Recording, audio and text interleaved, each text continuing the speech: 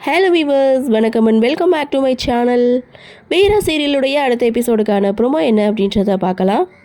சூர்யா இன்ஸ்பெக்டருக்கு ஒரு வீடியோவை சென்ட் பண்ணியிருக்காங்க.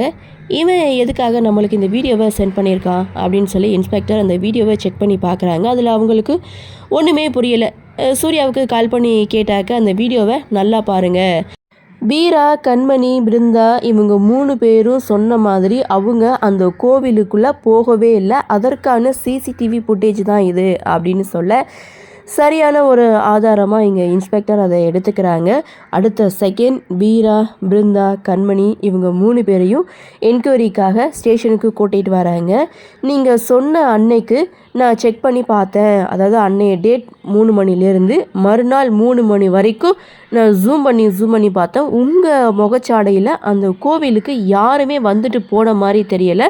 சொல்லுங்கள், அந்த நேரத்தில் நீங்கள் எங்கே போனீங்க அப்படின்னு சொல்லி இவங்க 3 பேரையும் கூப்பிட்டு வச்சு மிரட்டுற மாதிரி பேசிகிட்டு இருக்காங்க. இதை பார்த்த வீரா ஒரு பக்கம் பயந்து போய் நின்றுட்டுருக்காங்க.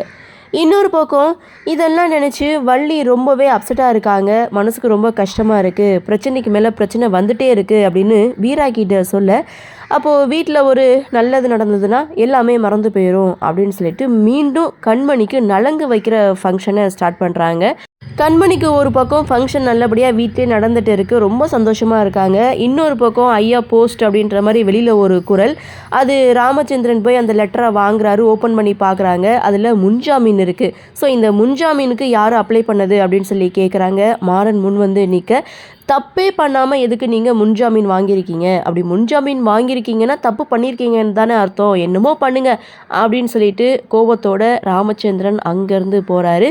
இதோட ப்ரொமோவை முடிச்சிருக்காங்க. அடுத்தடுத்து என்ன மாதிரியான சுவாரஸ்யத்தோடு கதைகளை நகர்வை கொண்டு வராங்க அப்படின்றத நாமளும் பொறுத்திருந்து பார்க்கலாம். இந்த ப்ரொமோ பற்றின உங்களுடைய கருத்தை வழக்கம் போல் கமெண்ட் செக்ஷனில் பதிவு பண்ணுங்கள். இந்த வீடியோ உங்களுக்கு பிடிச்சிருந்தா லைக் பண்ணுங்கள், ஷேர் பண்ணுங்கள், மறக்காமல் நம்ம சேனலை சப்ஸ்கிரைப் பண்ணிக்கிறீங்கன்னு சொல்லி இந்த வீடியோவிலிருந்து விடைபெறுகிறேன். நன்றி, வணக்கம்.